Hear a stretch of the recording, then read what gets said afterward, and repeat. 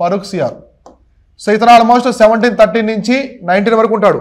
ఇతని టైంలో చాలా ఇంపార్టెంట్ ఈవెంట్స్ ఉంటాయి, అవన్నీ రాసుకోండి చెప్తాను.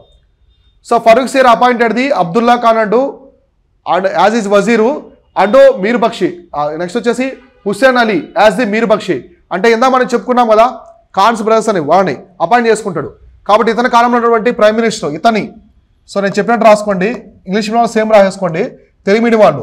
ఇతని ప్రధాని అంటే వాజిర్ అని చెప్పేసి, ప్రధాన్ అంటే వాజిర్. సో వాజిర్ అంటే ప్రధాన్ అని చెప్పేసి. ఇతర ప్రధాని ఎవరంటే సో అబ్దుల్లా ఖాన్ అనమాట, అబ్దుల్లా ఖాన్. సో అబ్దుల్లా ఖాన్. సో ఇంకో పర్సన్ ఎవరంటే హుస్సేన్ అలీ. హుస్సేన్ అలీ ఖాన్ వచ్చేసి మీర్ బక్షి.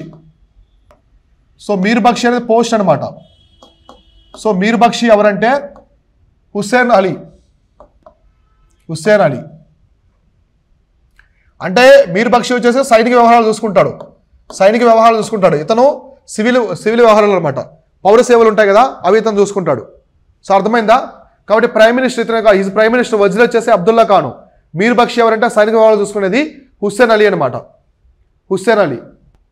అర్థమైందా? వీళ్ళిద్దరు ఎవరో సయ్యద్ బ్రదర్స్ అని చెప్పుకున్నాం ఇందాక. సయ్యద్ బ్రదర్స్ వీళ్ళే అనమాట, హుస్సేన్ అలీ ఖాను అబ్దుల్లా ఖాను. హుస్సేన్ అలీ ఖాను. సో వీళ్ళే సయ్యద్ బ్రదర్స్ అనమాట. సో ఫరూక్ సిఆర్ని మొఘల్ సుల్తాన్ చేసింది ఎవరంటే సయ్యద్ బ్రదర్స్, అన్నదమ్ములు. వాళ్ళిద్దరు వీళ్ళనమాట. అందుకే అతనికి హెల్ప్ చేశారు కాబట్టి అతను ఏం చేస్తారంటే వాళ్ళకి పోస్టులు ఇస్తాడు. ప్రైమ్ మినిస్టర్గా వాజిర్గా అబ్దుల్లా ఖాన్కి, హుస్సేన్ అలీ ఖాన్కి మీర్ బక్షి పోస్ట్ ఇస్తాడు. సో అర్థమైందా? తర్వాత వీళ్ళిద్దరి మధ్య గొడవలు వస్తాయన్నమాట. సో ఎవరికి? సయ్యద్ బ్రదర్స్కి ఫరూక్ సిఆర్కి. సో ఫరూక్ సిఆర్కి వర్సెస్ సయ్యద్ బ్రదర్స్ అనమాట. సో వీళ్ళిద్దరి మధ్య గొడవలు వస్తాయి, డిఫరెన్సెస్ అనేవి రావడం జరుగుతాయి. అర్థమైందా? ఎవరైతే ఇతను సుల్తాన్ చేశారో వాళ్ళకి ఈ సుల్తాన్కి మధ్య వివాదాలు వస్తాయి. ఇద్దరి మధ్య వివాదాలు వచ్చి వీళ్ళు ఏం చేస్తారంటే Syed brothers so help of the Peshwa అనమాట. అప్పుడు మరాఠా కింగ్డమ్లో ఉన్న పేష్వా బాలాజీ విశ్వనాథ్. పేష్వా బాలాజీ విశ్వనాథ్. సో మరాఠా అనమాట, ఇతను మరాఠా సామ్రాజ్యానికి సంబంధించిన పేష్వా, మరాఠా. సో మరాఠా సంబంధించిన వాడిని killed the emperor in the 17. Peshwa సహాయంతో ఈ సయ్యద్ బ్రదర్స్ ఏం చేస్తారంటే పేష్వా సహాయంతో ఈ ఫరూక్ సిఆర్ని చంపేస్తారు. ఫరూక్ సిఆర్ని అయితే చంపేస్తాడు అనమాట. రాసుకున్నారా? సో అంటే ఫరూక్ సిఆర్ ఈ విధంగా చనిపోతాడు. ఎలా చనిపోతాడంటే ఫరూక్ సిఆర్, సో ఫరూక్ సిఆర్ని చంపేది ఎవరంటే సయ్యద్ బ్రదర్స్ అనమాట. ఎవరైతే అతను సుల్తాన్ చేశారో వాళ్ళే అతనితో వివాదం పెట్టుకొని మళ్ళీ పేష్వా బాలాజీ విశ్వనాథ్ సహాయంతో చంపేస్తారు. కాబట్టి తెలుగు మీడియం వాళ్ళు రాసుకోండి. సయ్యద్ అన్నదమ్ములు పేష్వా బాలాజీ విశ్వనాథ్ సహాయంతో సయ్యద్ అన్నదమ్ములు పేష్వా బాలాజీ విశ్వనాథ్ సహాయంతో ఫరూక్ సిఆర్ని చంపేశారు.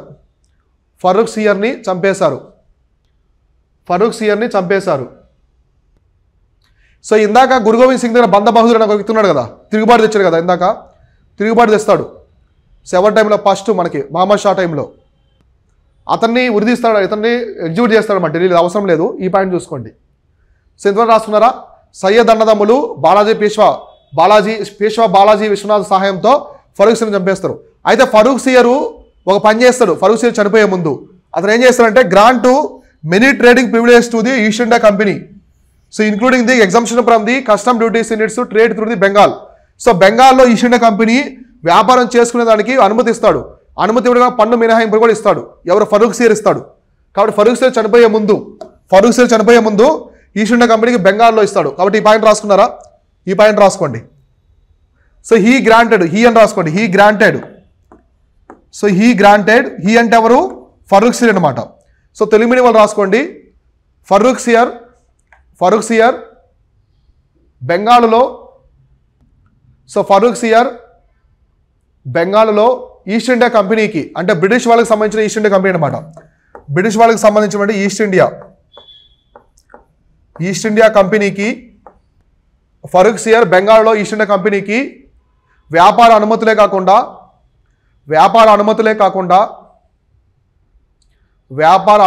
కాకుండా పన్ను మినహాయింపు కూడా ఇచ్చాడు. అంటే ఈస్ట్ ఇండియా కంపెనీకి బెంగాల్లో, సో ఇక్కడ నుంచి ఈస్ట్ ఇండియా కంపెనీకి ఎదురులేదనమాట బెంగాల్లో. సో బెంగాల్లో ఒకటి ట్రేడింగ్ వ్యాపారం చేసుకోమంటాడు, నెక్స్ట్ పన్ను మినహాయింపు కూడా ఇస్తాడు. ఎవరు? ఫరూక్ సిఆర్. అప్పటికే బ్రిటిష్ వాళ్ళు బెంగాల్కి వచ్చి ఉంటారు అనమాట, వ్యాపారం చేసుకుంటూ ఉంటారు.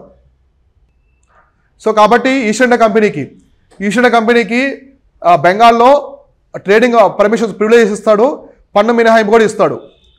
సో పన్ను మినహాయింపు కూడా ఇస్తాడు అనమాట. సో అర్థమైందా? పన్ను మినహాయింపు ఇవ్వడం కాకుండా వ్యాపారం కూడా చేసుకోమంటాడు. ఎవరంటే ఫరూక్ సిర్ అనమాట. సో తర్వాత సయ్యద్ బ్రదర్స్ వీళ్ళేగా చంపింది. సో వీళ్ళే ఇందాక అతను చంపేసింది. అతను చంపి వీళ్ళు సుల్తాన్లు అవుతారనమాట. కాబట్టి నెక్స్ట్ సయ్యద్ బ్రదర్స్, సయ్యద్ అన్నదమ్ములు వస్తారు. సో వీళ్ళు ఎవరంటే ఒకరు అబ్దుల్లా ఖాను, హుస్సేన్ అలీ ఖాను. రాసుకోండి, అబ్దుల్లా ఖాను, హుస్సేన్ అలీ ఖాను ఆల్రెడీ ఇంతమంది రాసుకున్నారు. సో వీళ్ళు కింగ్ మేకర్స్ అనమాట. సో కింగ్ మేకర్స్గా ఉంటారు. ఎంథ్రోనింగ్, డీథ్రోనింగ్. వీళ్ళ యొక్క మెయిన్ థీమ్ ఏంటంటే రాజుని సింహాసనం ఎక్కించడము, ఆయన వైదొలిగించడము. సింహాసనం ఎక్కించడం వీళ్ళ పనే, వైదొలిగించడం వీళ్ళ పనే. వీళ్ళు మధ్యలో ఉంటారనమాట వీళ్ళు. So their influence in the administration increase substantially. They try to save empire from the rebellions of administrative disintegration of the dude. ఇదంతా అవసరం లేదు, మామూలుగా చెప్తున్నాను. సో సయ్యద్ బ్రదర్స్ అంటే ఎవరంటే అబ్దుల్లా ఖాను, హుస్సేన్ అలీ ఖాన్ అనమాట. వీళ్ళ యొక్క మెయిన్ కర్తవ్యం, వీళ్ళ యొక్క ప్రధాన కర్తవ్యం ఏంటంటే సుల్తాన్లు అంటే మొఘల్ సుల్తాన్లు ఉంటారు కదా, వంశం పరంగా వచ్చేవాళ్ళు. వీళ్ళు మొఘల్స్ కాదనమాట, వీళ్ళు మొఘల్స్ ఏం కాదు. సరే సయ్యద్ బ్రదర్స్ మాత్రమే. ఓకేనా? నెక్స్ట్ వచ్చే సుల్తాన్ వచ్చేసి మహమ్మద్ షా. ఇది రాసుకోండి. సో మహమ్మద్ షా 1720 నుంచి 748 వరకు ఉంటాడు. ఇతను ఆల్మోస్ట్ 28 years పరిపాలిస్తాడు.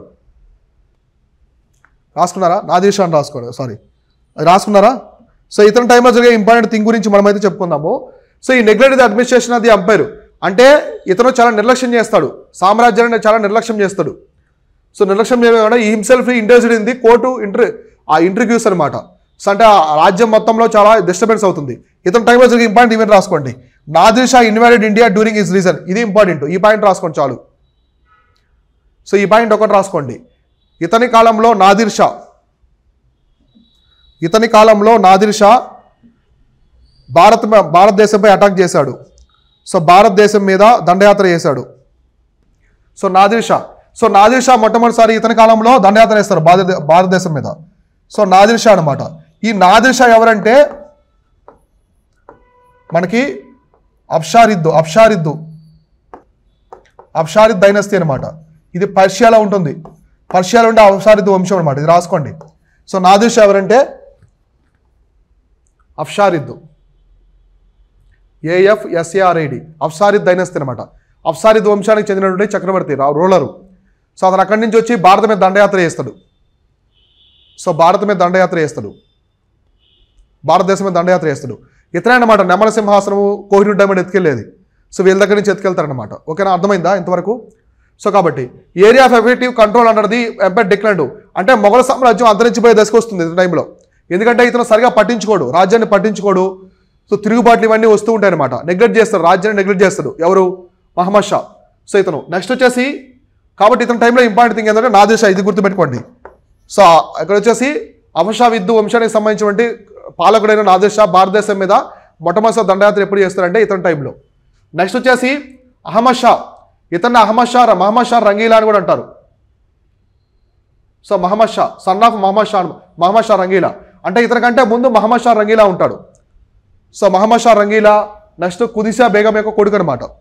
అంటే మామూలుగా ఇప్పుడు మనం చెప్పుకున్నాం కదా ఇప్పుడు అతని తర్వాత వచ్చేసి మహమ్మద్ షా రంగీలా వస్తాడు. సో మహమ్మద్ షా రంగీలా తర్వాత వచ్చేదే అహ్మద్ షా అనమాట. ఓకేనా?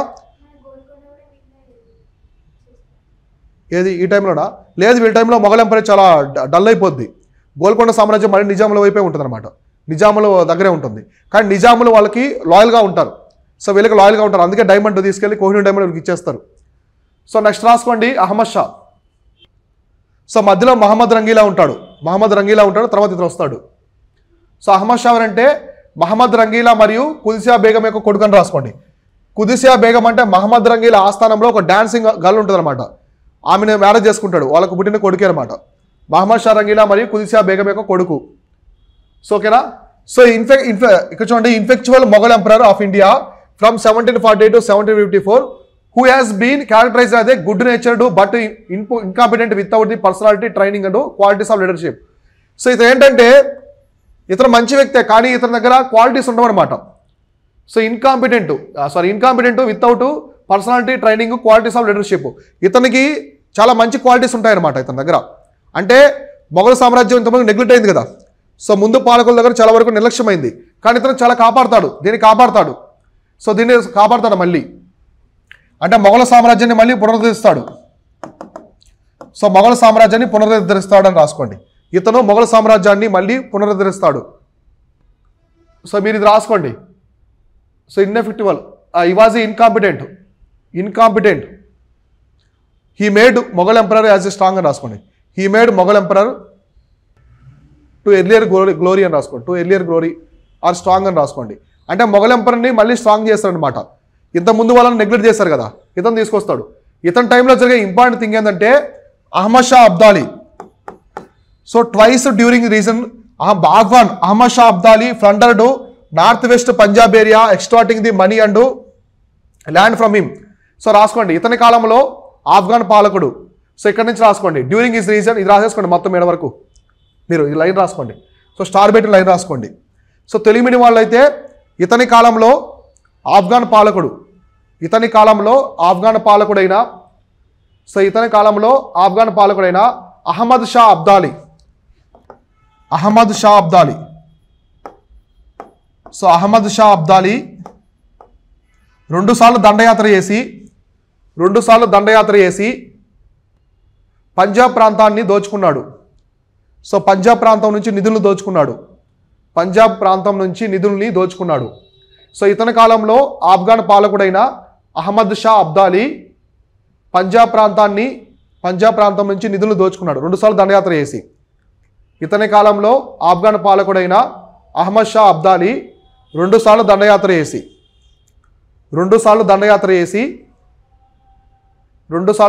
చేసి పంజాబ్ ప్రాంతం నుంచి నిధులు దోచుకున్నాడు అనమాట. So next Marathas snatched the Malwa and Bundelkhand.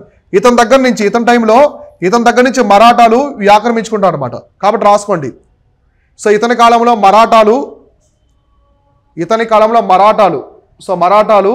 Malwa మరియు బుందేల్ఖండ్ ప్రాంతాలను ఆక్రమించారు. సో మాల్వా మరియు బుందేల్ఖండ్ ప్రాంతాలను ఆక్రమించారు. సో మరాఠాలు ఆక్రమించుకుంటారు అనమాట. So next his wazir Imad ul Mulk so blinded him, imprisoned him at the Salimgarh అనమాట. సో ఇతను వజీర్ అనమాట, అంటే ఇతను ఒక జడ్జి అంటారు కదా. ఇతను ఏం చేస్తాడంటే అతన్ని కళ్ళు పొడి చేసి జైలు, అవసరం లేదు రాసుకోవద్దు. సో జైల్లో పడేస్తాను, నేను చెప్పినే రాసుకోండి. సో ఇతను ఒక వజీర్ అనమాట. ఇమాద్ ఉల్ ముల్క్ అని ఒక అతను ఉంటాడు. ఇమాద్ ఉల్ ముల్క్ అని చెప్పేసి ఇతను ఒక వజీర్ అనమాట. ఈ చక్రవర్తి యొక్క వజీర్ అంటే ప్రధానమంత్రి, ప్రైమ్ మినిస్టర్. ఏం చేస్తారంటే బ్లైండెడ్ హిమ్, అతను కళ్ళు పొడి చేస్తాడు, అంటే హింసించి కళ్ళు పొడి చేసి గుడ్డివాణి చేసి ఒక జైల్లో పడేస్తాడు. సాలింగఢ్ ఒక జైల్లో పడేసి చచ్చిపోతాడు, అక్కడ చనిపోతాడు అనమాట. ఓకేనా.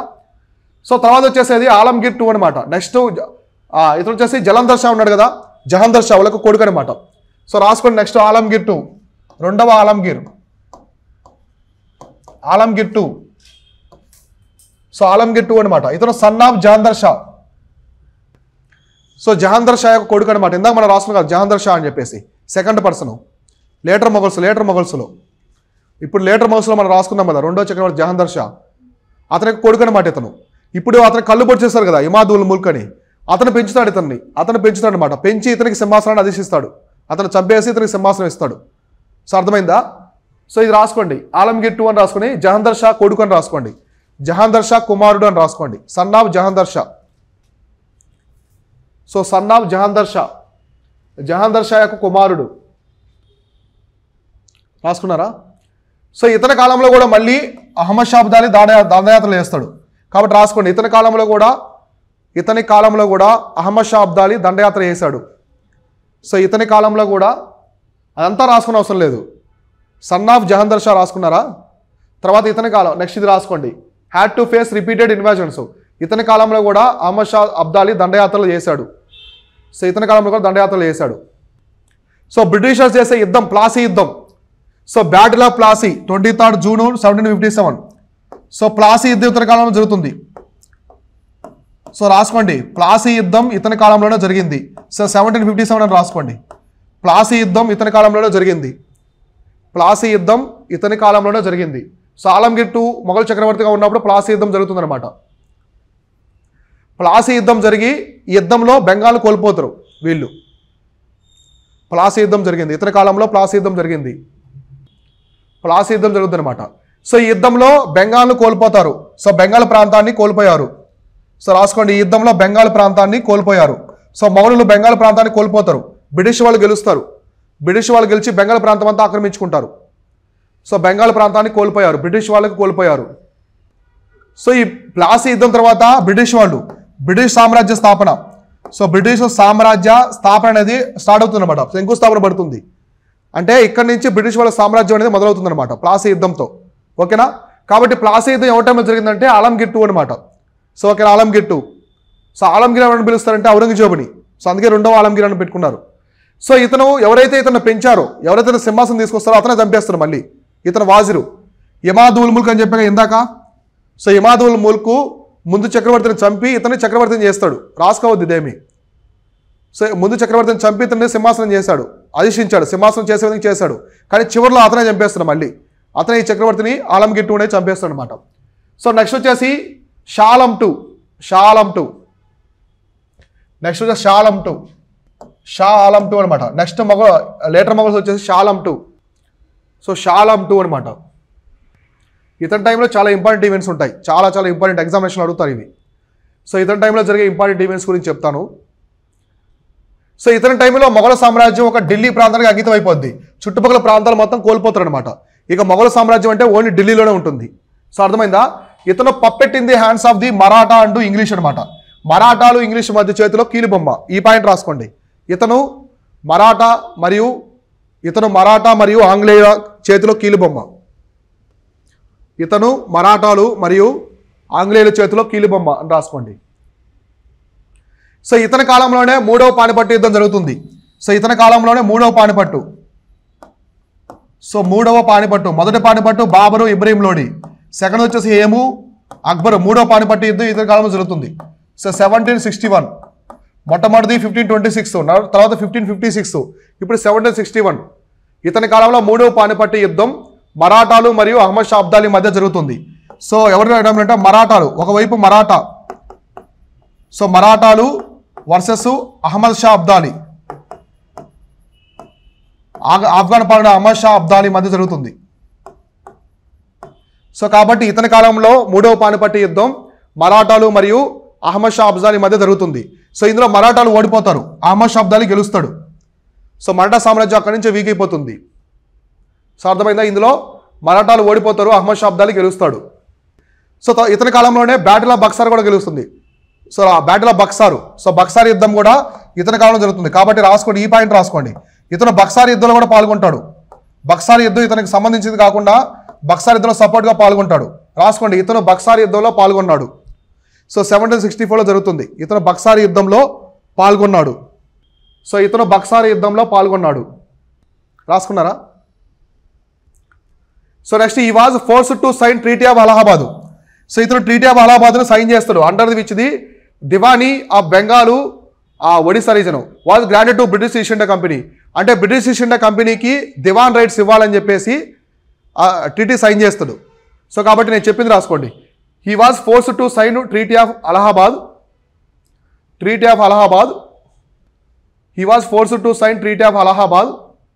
ఇయర్ రాసుకోండి 1765. అంటే బక్సార్ యుద్ధం తర్వాత వచ్చే ట్రీటీ అనమాట అది, treaty of Allahabad. To give Diwani rights of Bengal to give Diwani rights of so Diwani rights of Bengal to east India Company. అంటే ఈస్ట్ ఇండియా కంపెనీకి దివానీ రైట్స్, బెంగాల్ దివానీ హక్కులు ఇవ్వాలని చెప్పేసి ట్రీటీ చేసుకుంటారు. దివానీ హక్కులు అంటే ఇంకా మొత్తం బ్రిటిష్ సామ్రాజ్యం అనమాట, వాళ్ళ హక్కులే ఉంటాయి. దివాన్ అంటే ఏంటి? సామ్రాజ్యం, సింహాసనం అనమాట. సో తెలుగు వాళ్ళు రాసుకోండి. సో ఇతను అలహాబాద్ సంధి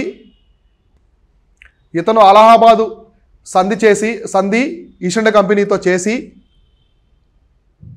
ఇతను అలహాబాద్ సంధి ఈస్ట్ ఇండియా కంపెనీతో చేసి వాళ్ళకు బెంగాల్ దివానీ హక్కులు ఇచ్చాడు. వాళ్ళకి బెంగాల్ దివానీ హక్కులు అనమాట. సో బెంగాల్కి సంబంధించినటువంటి, సో బెంగాల్ ప్రాంతానికి సంబంధించినటువంటి దివానీ హక్కులు మొత్తం కూడా, సో దివాను హక్కులు మొత్తం కూడా ఇస్తారు. సో అప్పుడు బెంగాల్ అంటే ఇందులో బంగ్లాదేశ్, అస్సాం ప్రాంతము, నెక్స్ట్ ఇప్పుడు ఒడిస్సా, సో ఇప్పుడు బెంగాల్, ఇవన్నీ కూడా బెంగాల్ ప్రెసిడెన్సీ అప్పట్లో బెంగాల్ ప్రాంతంలో ఉండేవి. సో కాబట్టి ఈ యుద్ధం ఇక్కడ మనం చూసుకుంటే ఇది థర్డ్ బ్యాటిల్ ఆఫ్ పానిపట్ అనమాట. ఇది బక్సార్ యుద్ధం. సో కింద వచ్చేసి ఇక్కడ కనిపించేది వచ్చేసి బక్సార్ యుద్ధం. ఇది బక్సార్ యుద్ధం. ఇది వచ్చేసి థర్డ్ పానిపట్టు యుద్ధం. సో మూడవ పానిపట్టు యుద్ధంతో మరాఠాలు ఓడిపోతారు. సో మరాఠాలు ఓడిపోయి అహ్మద్ షా అబ్దాలి గెలుస్తాడు. సో కాబట్టి మరాఠాలు వీక్ అయిపోతారు. అక్కడి నుంచి మరాఠా సామ్రాజ్యం వీక్ అయిపోతుంది. ఓకేనా? సో ఇక్కడ వచ్చి చివరి చక్రవర్తి. నెక్స్ట్ అక్బర్ 2, రెండవ అక్బర్.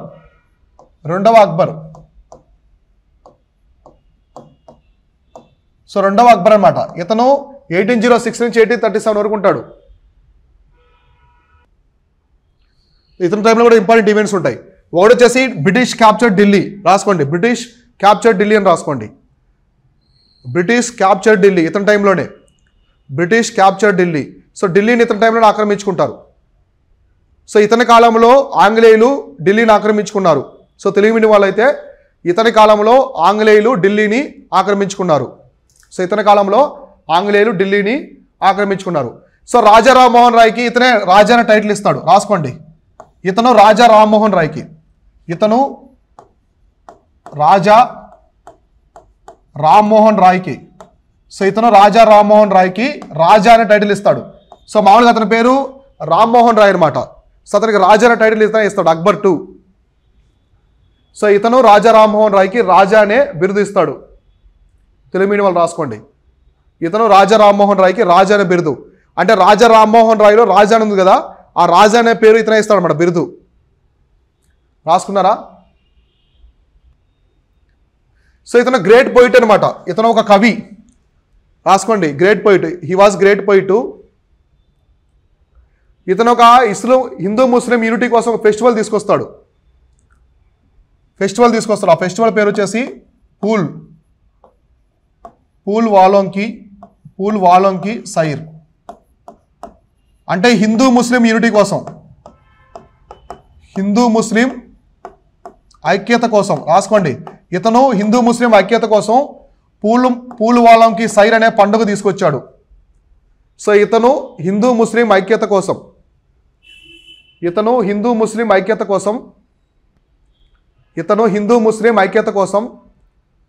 పూల్ వాలోంకి సైర్ అనే పండుగ తీసుకొచ్చాడు.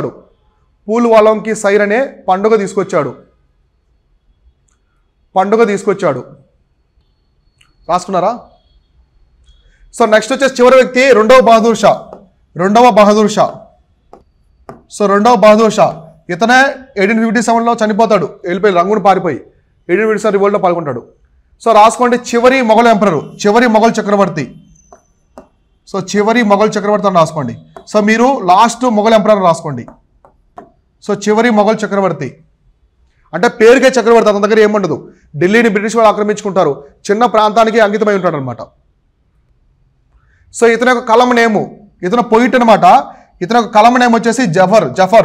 సో జఫర్ అంటే ఇతని యొక్క పెన్ నేమ్. సో జస్ట్ రాసుకోండి, ఈజ్ పెన్ నేమ్ అని రాసుకోండి. కోలం పెట్టుకొని జఫర్ అని రాసుకోండి. సో మీరు తెలుగు మీడియం వాళ్ళు అయితే ఇతని కలం నేమ్, ఇతని కలం పేరు, కలం అంటే పెన్ను. సో ఇతని యొక్క కలం పేరు వచ్చేసి జఫర్ అనమాట, జఫర్. అందుకే ఇతన్ని బహదూర్ షా జఫర్ అని కూడా పిలుస్తారు. సో ఇతని కలం పేరు. ఇమేజ్లో కనిపించే వ్యక్తి అనమాట, చాలా ముసలివాడు. సో జఫరు. సో రాసుకున్నారా? ఇతని టైంలోనే ఢిల్లీ మొత్తాన్ని క్యాప్చర్ చేసుకుంటారు. సో ఢిల్లీ మొత్తం కూడా ఆల్రెడీ క్యాప్చర్ చేసుకున్నారు. ఢిల్లీ క్యాప్చర్ 1863 చేసుకున్నారు కదా. అయితే సిపాయిల తిరుగుబాటు ఇతని టైంలో జరుగుతుందన్నమాట. కాబట్టి రాసుకోండి, ఇతను సిపాయిల తిరుగుబాటులో మీరు వచ్చేసి డ్యూరింగ్ రివోల్ట్ ఆఫ్ 1857